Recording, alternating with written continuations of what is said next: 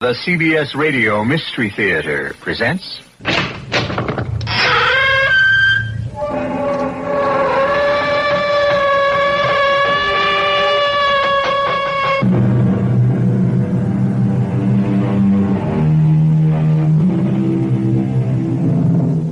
Come in.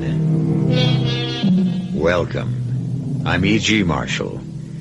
A gentleman named Frank Richard Stockton, whose name may not be familiar to you, as I must admit it wasn't to me, wrote one of the most famous short stories of all time.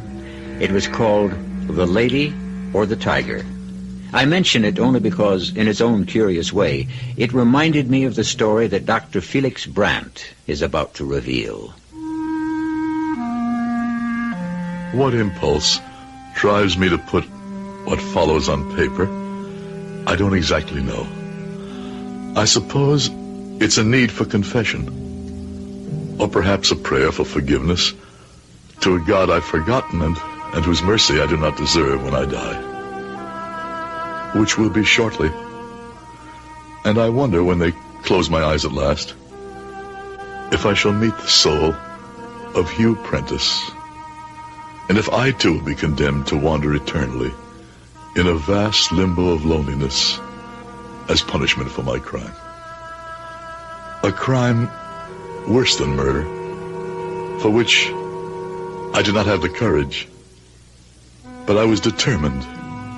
The death was too easy for someone who had violated the one person I had held most dear in all my life.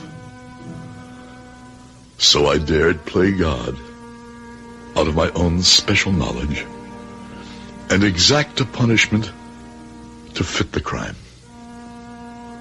Whoever reads this, make your own judgment.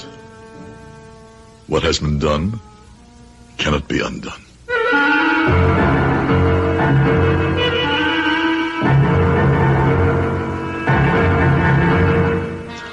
Our mystery drama, The Doppelganger, was written especially for the Mystery Theater by Ian Martin and stars Howard DaSilva.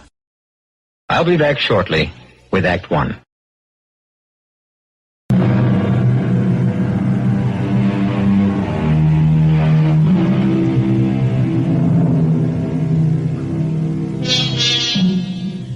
To go back to The Lady and the Tiger, you'll remember, I'm sure, that it was a story of a man who faced two doors. Behind one of them was a famished, raging, man-eating tiger who would devour and destroy. Behind the other was a love goddess, every man's desire. Now, I'm not suggesting that this story has anything to do with that story, except in the matter of choice. Something we do every day, select one alternative or the other. So, let's examine Dr. Felix Brandt's selection and judge him as you may. My name is Felix Brand. I have a doctorate in clinical psychology. I was married, have one daughter. As I've grown older, although it has been a passionate obsession of mine all my life, I have had to fight the tendency to devote more time to my avocation than my vocation. Parapsychology. The exploration of the psychic, the world beyond the finite world.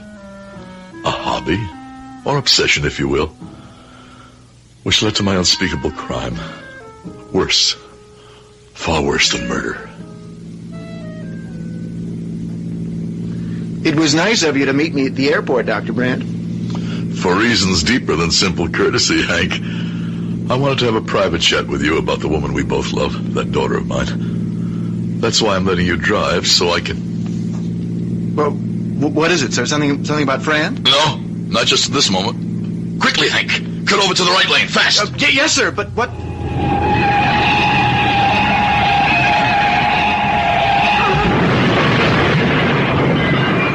My God, Doctor, if you had told me to pull over, that maniac would have hit us head on.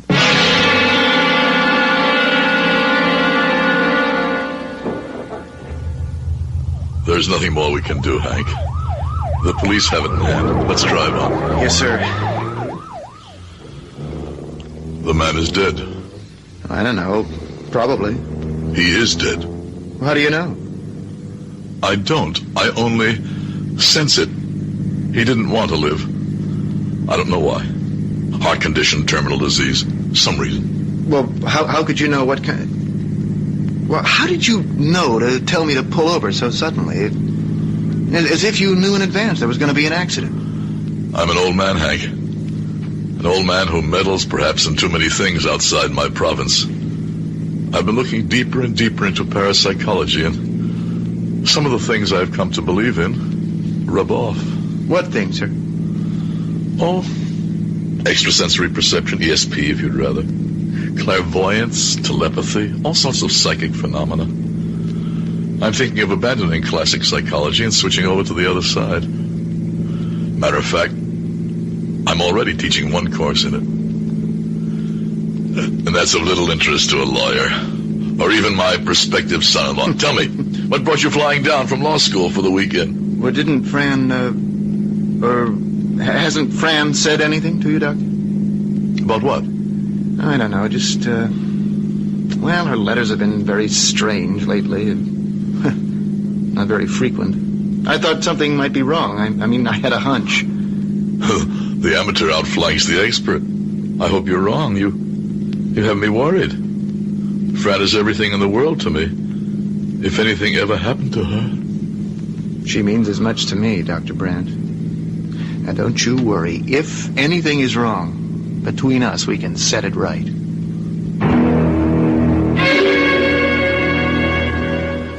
It was a relief to have Hank back again. I had been worried about my daughter Fran lately. Fran, the picture of her mother, whom I had lost too soon. Bright, open, happy, reaching out both hands to the world, full of love to give and expecting the same in return. And yet I knew, had been trying to conceal from myself something that was very wrong, something it took Hank, whom she had loved with all her heart since high school, to bring out into the open. Hey, Fran, what you trying to do? Get pneumonia? Oh, hi, Hank. I didn't think you'd be here so soon. I'm warm enough. Huddled out here in the gazebo with snow all around and the wind whistling up icicles. I've got my parka to keep me warm. How about your love? Don't I get a welcome kiss, even if it's a cold one? Oh, Hank. Oh, Hank, what am I going to say to you? Well, something a lot more straight from the shoulder than those weaseling letters I've been getting recently. I know.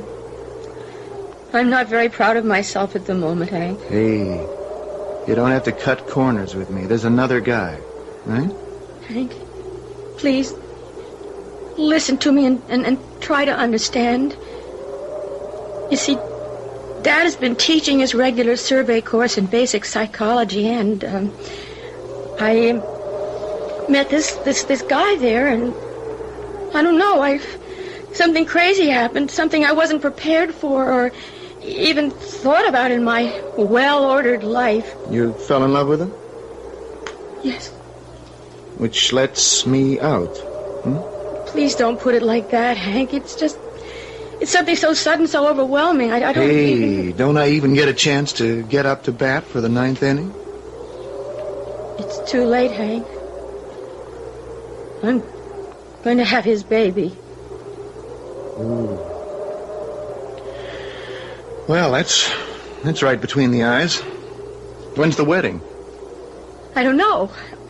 I just found out. About me, I mean. I could cheerfully wring that rabbit's neck. Your father know? Not yet. And this guy? I haven't even told him yet. Why not? Well, I just haven't had the chance. Okay. So it shouldn't be a total loss, and I don't waste the whole trip down here. We'll make a deal. I'll tell the doc about it, and you pin down your dream boy. What's his name, by the way? I won't tell you that. I'm afraid to. I do love you, Hank. Why did something else like this turn up? Fran, I'm no oracle. It's just what happens to people. Sort of thing that shakes faith and makes you wonder about God, but it's life. It's what we have to live. Come on, let's both go inside before we freeze to death. I can't believe what you're telling me, Hank. Well, you'd better, Pop. It's true. Pop. Sorry about that. Just slipped out. That's what I always wanted from Fran and you. And we can't legislate or play God. It's not the way it's going to be. But who's the man? Well, it's Fran's secret. It's her right to keep it that way. There's nothing either of us can do about it. I wouldn't agree with that. You'll give her up so easily? I never owned her. She's her own mistress. But you won't fight for her? Doc, have a heart. What can I do? I can't force her to love and accept me. The best I can do is be a good loser.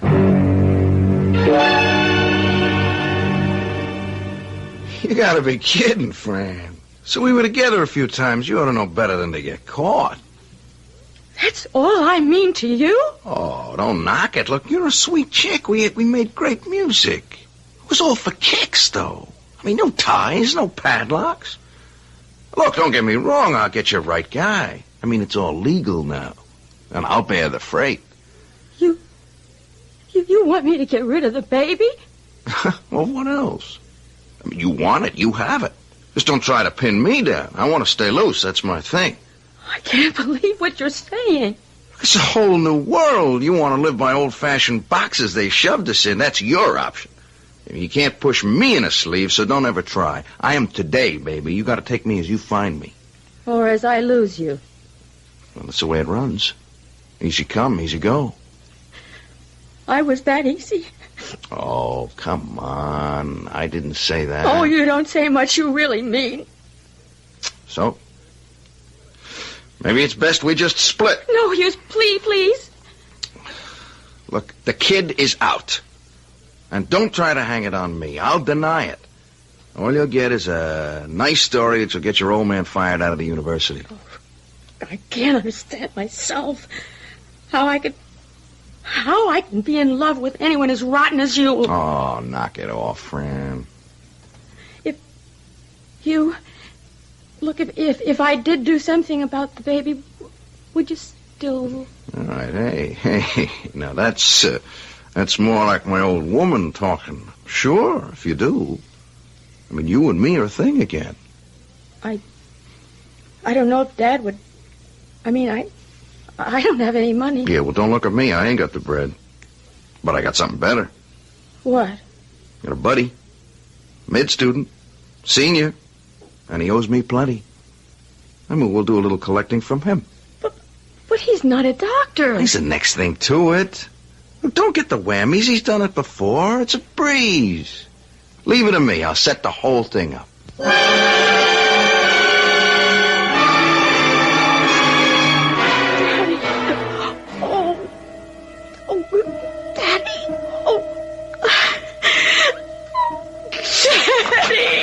Fran, darling, what is it?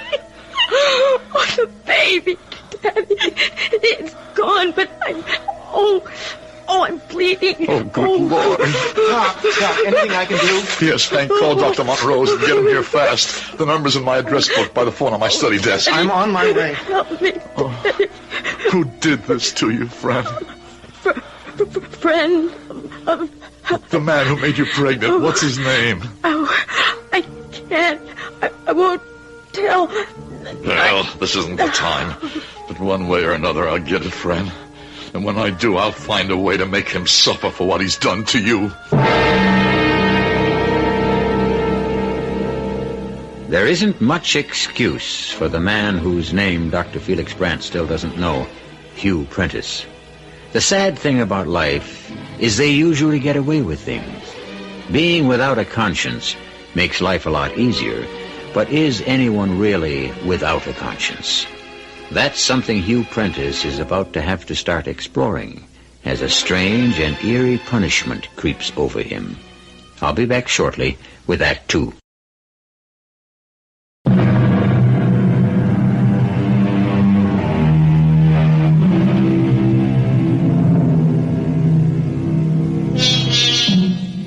Of course, in the Gilbert and Sullivan tradition, the Mikado's object of making the punishment fit the crime was comic and light-hearted.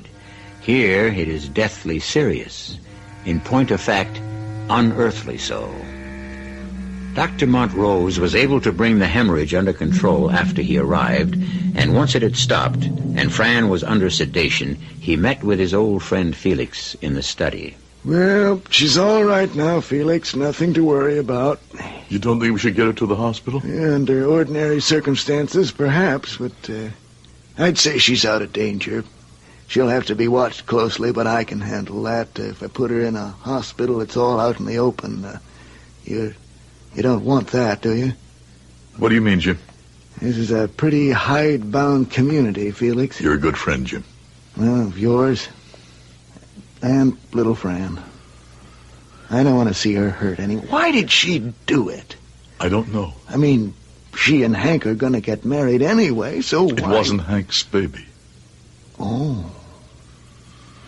What would you do about the man who started all this, Jim? If it were my daughter? Yes. I don't know.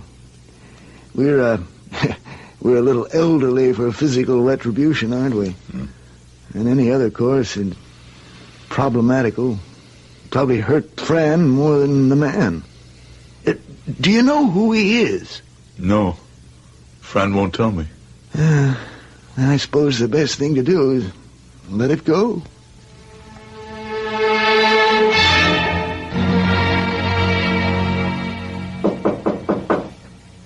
Come in. How are you feeling today, Fran? I'm all right, Daddy. I know. I mean, Dr. Montrose has given you a clean bill of health. Has he? Well, he says you can get up and go back to college or whatever you want. Whatever I want. There's one thing I want. I may never have any more. Didn't Dr. Jim tell you? Yes. We can talk about it later. Fran, I was just wondering... What? Would you like to... Well, I mean, Hank is still here, and he would like to see you. No. I don't want to see Hank. I'm going back where I belong. If he'll have me. Are you ready to tell me his name yet? No. Not till I find out where I stand. How can you make yourself so cheap? This man, whoever he is, has taken all the love and the joy and laughter out of you. How can you go crawling back to him? Because he's the only one who can give it back to me. And if he doesn't? Then I just don't want to live. I was helpless to aid her, to ease anything for her. All that burned in me was a rage for the man who had turned my happy child into a hurt and battered shell, a beggar dependent on a man who was not worthy of her. And at this moment, even though I still didn't know his name, I could curse him and wish him disaster. I could do better than that if I turned my back on a God that I felt had forsaken me and mine. And as an extension of all my psychic research, turned to black magic and called down a curse on the man who had ruined my child. But first I had to talk to Hank. I love Fran, and I want her. I always will, but just for her sake, I wish I could break it up somehow, get her away from this slimy crud that's... It's as though he has her under some kind of spell. We both know he'll hurt her again, desert her, humble her. I think Fran herself knows it, but somehow she can't help herself. What are you going to do, Doctor? Just let her go back to him? Leave it alone? I can't stop Fran any more than you can, Hank. She's not a child. She's of age. Her life is in her own hands. I have no legal control. If we only knew who he was. Well, that won't be too hard to find out. I've thought of all kinds of things. Even though I'm not very rich, I could perhaps buy him off. I'm sure he has a price. But that wouldn't solve anything for Fran. She loves him. He's what she wants. He has only to crook his finger and she'll crawl to him. That's obvious enough after all she's gone through for him. So what can we do? You? Nothing. Go back and live your life. Not quite. Without Fran. Well, maybe it won't have to be without Fran. First, we have to clean this man out of her mind and her blood. But you just said we couldn't. One way. If he doesn't exist anymore, if he's dead. Wait a minute. You can't seriously mean... Oh, don't worry, son. Even if I had the means, a gun, a knife, a blunt weapon, I would have neither the strength nor the courage to use them, to say nothing of my lack of know-how. No. But I can wish him dead. Or worse. I might just have the power for that. Doctor, are you all right? I don't understand you. Of course you don't understand. And I am quite all right. This is something you will have to leave to me. To anyone who reads this, it might seem fantastic, but the rites I prepared are solemn and real to more people around you than you might believe. The ceremonies of dark magic are very real to those who perform them.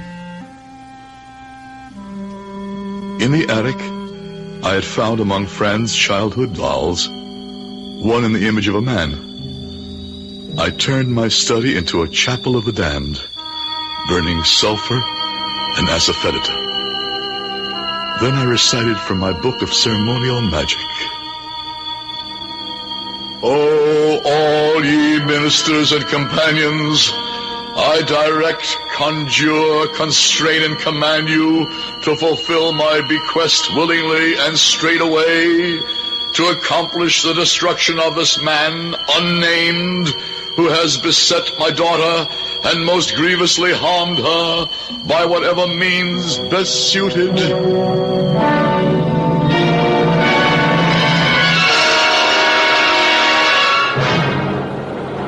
It's great to be swinging with you again, baby. Oh, I wasn't sure you'd want me back. I look so... I don't know. You look great, kid. You're my old woman again. I'm sorry we got to ride the subway, but who's got bread for the hacks these days? Oh, I don't mind where I am. Just so long as it's with you. Yeah, stick with me, baby. You'll ride first class all the way. Not like these types. Look at them. Long gone. You and me are special, just waiting for the right break, the chosen, huh? If you choose me. I'll buy you all the way down the line, kid. Take a look. I mean, who is there who could walk into... What is it, Hugh? Yeah, halfway down the car there, look. You see that guy? No, which one? You're nuts? What do you mean, which one? How could you miss him? He's a carbon copy of me. He's even wearing the same jeans, the embroidered jacket. No, I don't see anyone who... Come on. Let's go. I gotta catch up with him. Hugh, take it easy. I don't see anyone like you said. He's disappeared. He's gone, but he's like my double. Come on, let's go upstairs. I've got to get home, Hugh. Look, this won't take a moment. Yeah, there he is. He's right at the top of the stairs, next to that fat dame. No, there's no one there. She's all alone. Are you out of your... He's gone again. But he was looking right at me. Who the devil do you suppose he was? What did he want?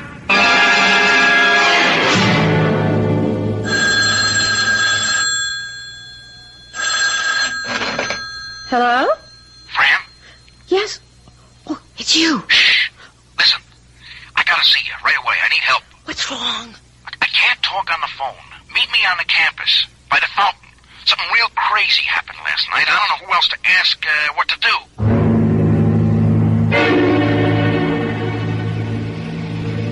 I was just turning in. I was reaching for the light to douse it when all of a sudden he was sitting right there. In the chair, facing me. Who? Him, the double, the guy we saw in the subway. I said, how the hell did you get in here? Who are you? I am your Doppelganger. My what? Your double. Or if you want, your inheritor. What does that mean? It's time for you to wander like me. It's time for me to return and die as I should have. I don't know what you're talking about. A long time ago, So long you can't even begin to imagine. I sinned. And because of my sin, I was not allowed to die in peace, but condemned to wander in infinity until I found a body I could be laid to rest in.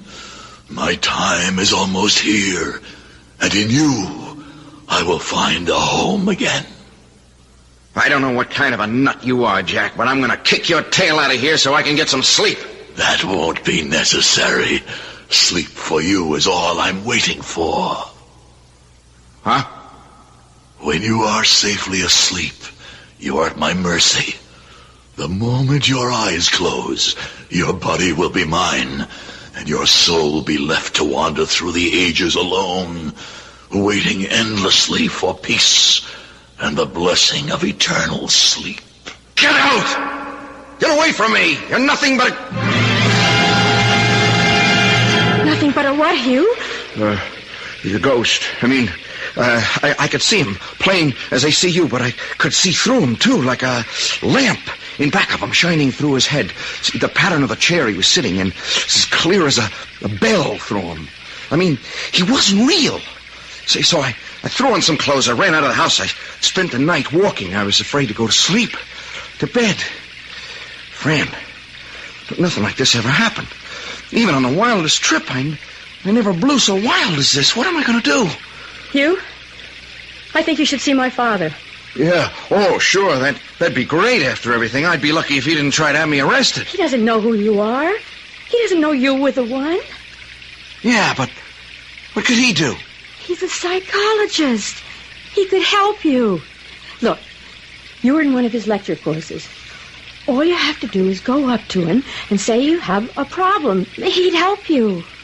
Now, the whole thing is crazy. I see some character on the subway and threads like me. I have a crazy dream. Right away, I blow my cool. Look, there's nothing the matter with me.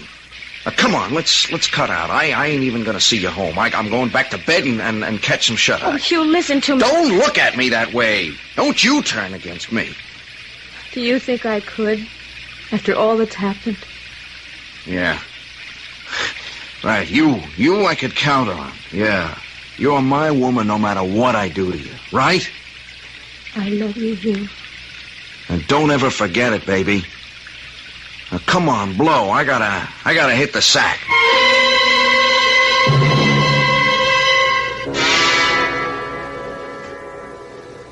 All right, back up, man. I got a knife. Get lost. No, you are the lost one. What are you talking? Who is it? Your Doppelganger, just waiting for you to get tired enough till your sleep is deep enough. For what? To take over your body, so that with it, I may bring myself to the peace of the grave.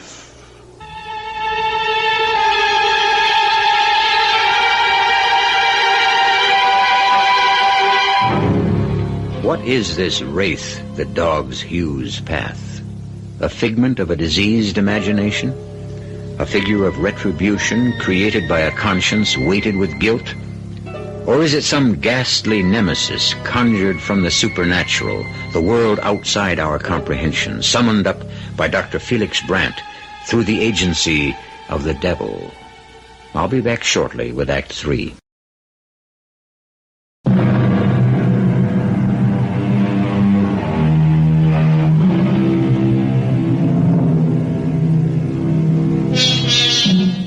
That night, Hugh Prentice fled to his apartment as though the hounds of hell were at his heels.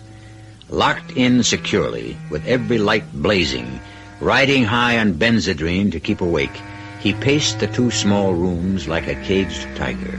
And everywhere he turned, he faced the Doppelganger, watching him silently, waiting patiently, a twisted smile of anticipated triumph on his face. At last he could stand it no longer, and fled the apartment with the first light of morning, roaming the streets, afraid to turn his head, knowing his double still followed on his heels. At last, exhausted, he found a small restaurant open, and sat there drinking coffee after coffee, and watching the clock till 9 o'clock came. Then he crossed to the public phone to make a call.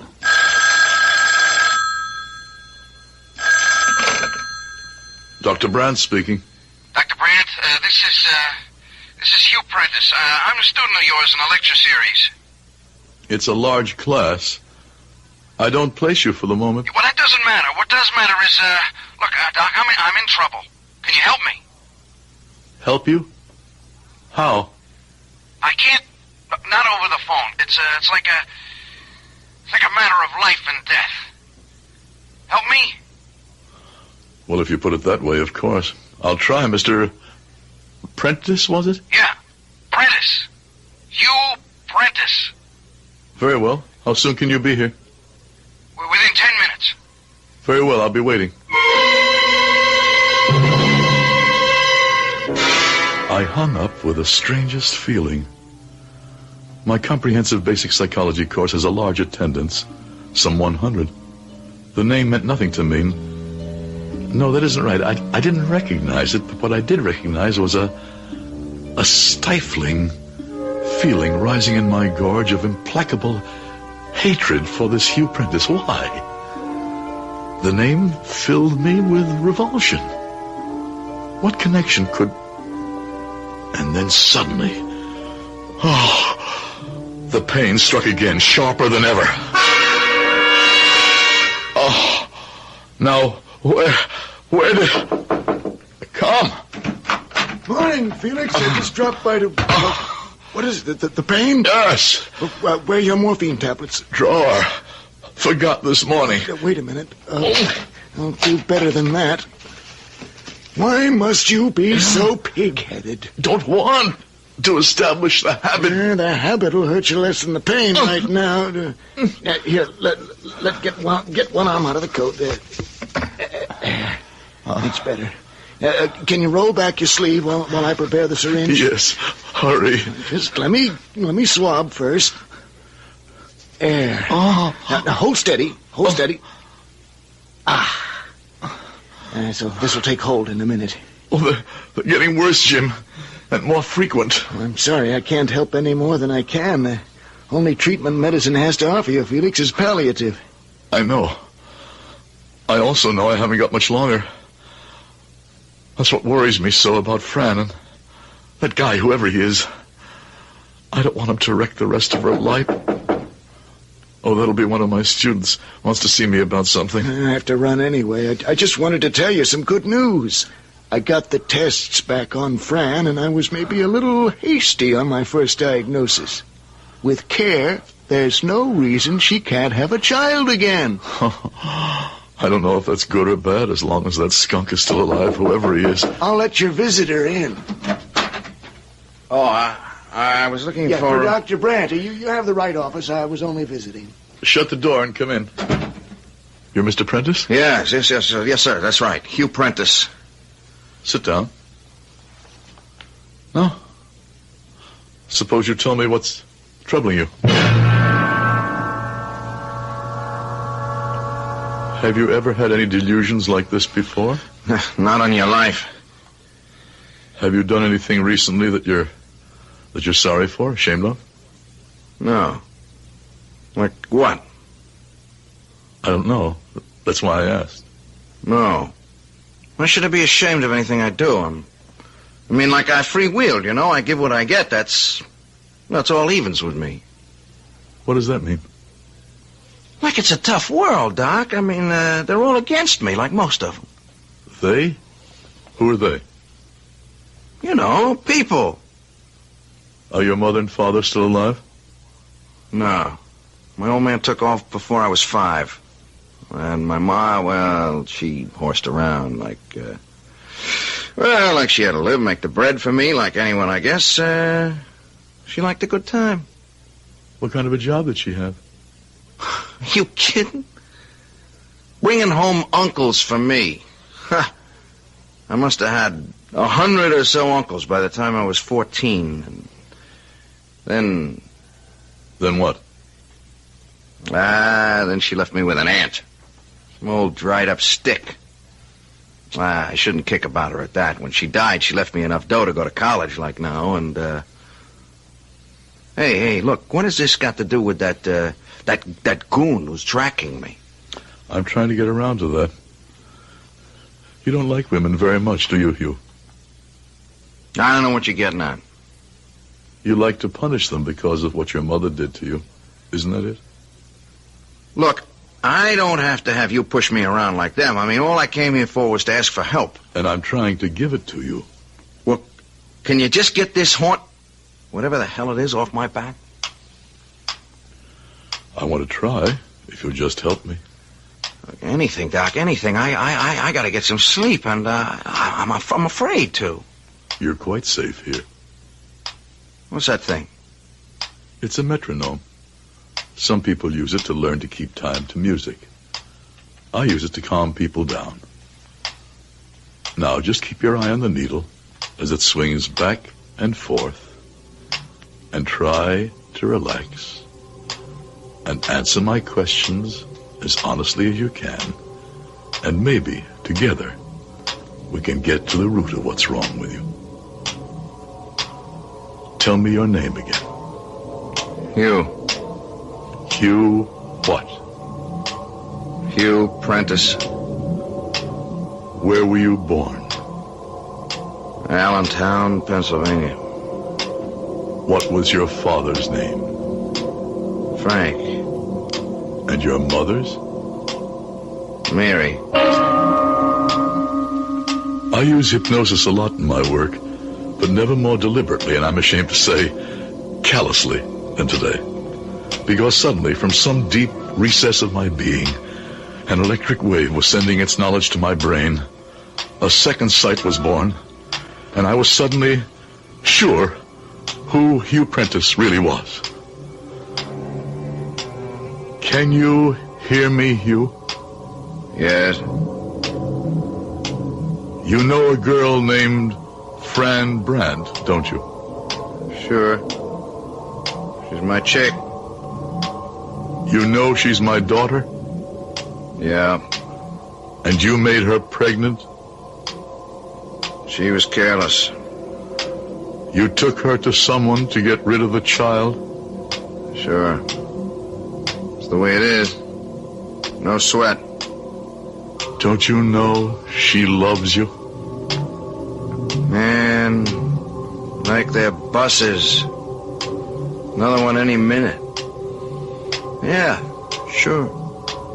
That's how chicks are. Do you love her? What's with all this love jive? I ain't tying myself down no way. It's like I told you, I've free will. Nobody gonna cut down my style. Keep trying. All the squares, all of them, but I'll show them. Anyone ties me down, I stomp on them good. Especially chicks like my mother. All sweet words and cut your throat the first chance they get. Only me, I'm too smart. I cut them down to size first. Don't you worry about old Hugh. The morphine was wearing off already. I sat back in my chair watching the boy whose secrets I had bared. A schizophrenic, classic, already paranoid. Possibly he could be saved through analysis, chemotherapy, new treatments which are being reached every day. Treatments I would never live to see. Treatments he would never willingly seek, as he had sought me.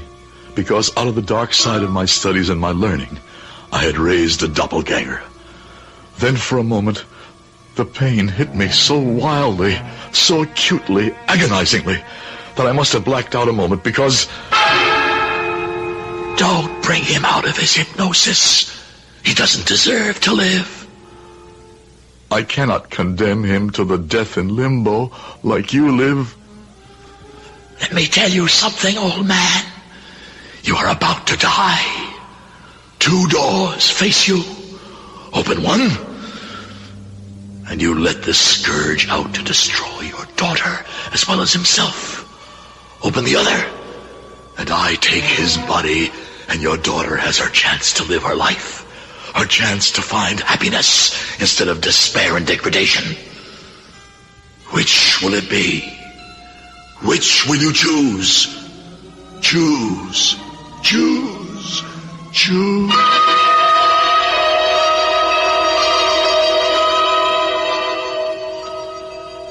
in sleep can a doppelganger take possession of another body.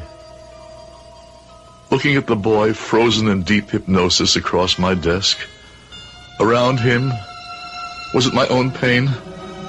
A shadowy figure hovered. I knew I could banish the shadow if I willed. But I had chosen my door. I rose and left the office to go home to my study.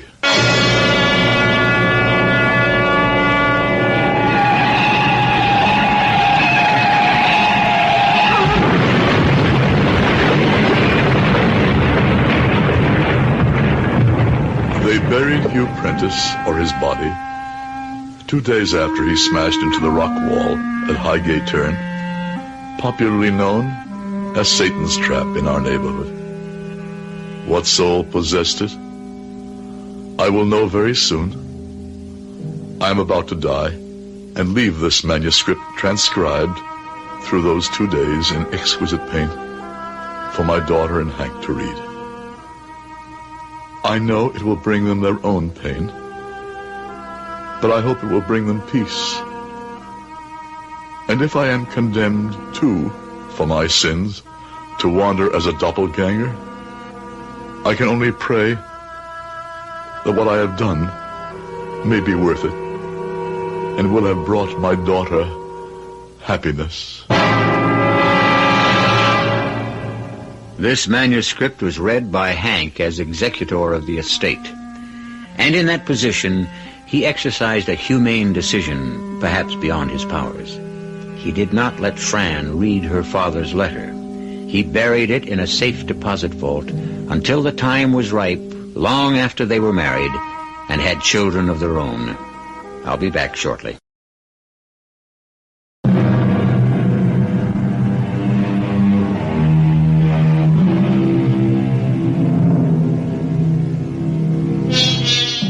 This story came to me through accidental channels, long after the principals were gone.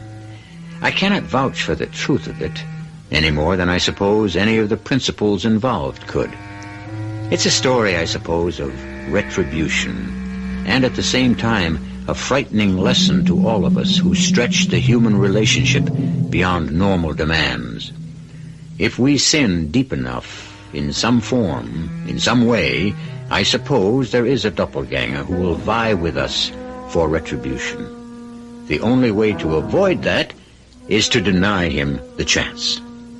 Our cast included Howard DaSilva, Rosemary Rice, Tony Roberts, and Russell Horton. The entire production was under the direction of Himan Brown. And now, a preview of our next tale. He can get out and kill somebody else? But I don't think he will. You don't think? You're willing to take a chance because you don't think he will? Well, what else can I go on but my own judgment? How do you know he won't kill somebody? I don't. Any more than I know I won't. Or you won't. Or anybody else won't. Except possibly your mother, and I can't give you any guarantee about her if it comes to that. Now, if you don't mind, I'd like... You've done a terrible thing. I don't think so. And you're going to regret it. I hope not. Well, you will. You'll see. When you're responsible for another murder, you're going to be very, very sorry for what you've done. Jack, please. If he kills somebody else, you'll be responsible. You'll be the murderer yourself. This is E.G. Marshall inviting you to return to our Mystery Theater for another adventure in the macabre. Until next time, pleasant dreams.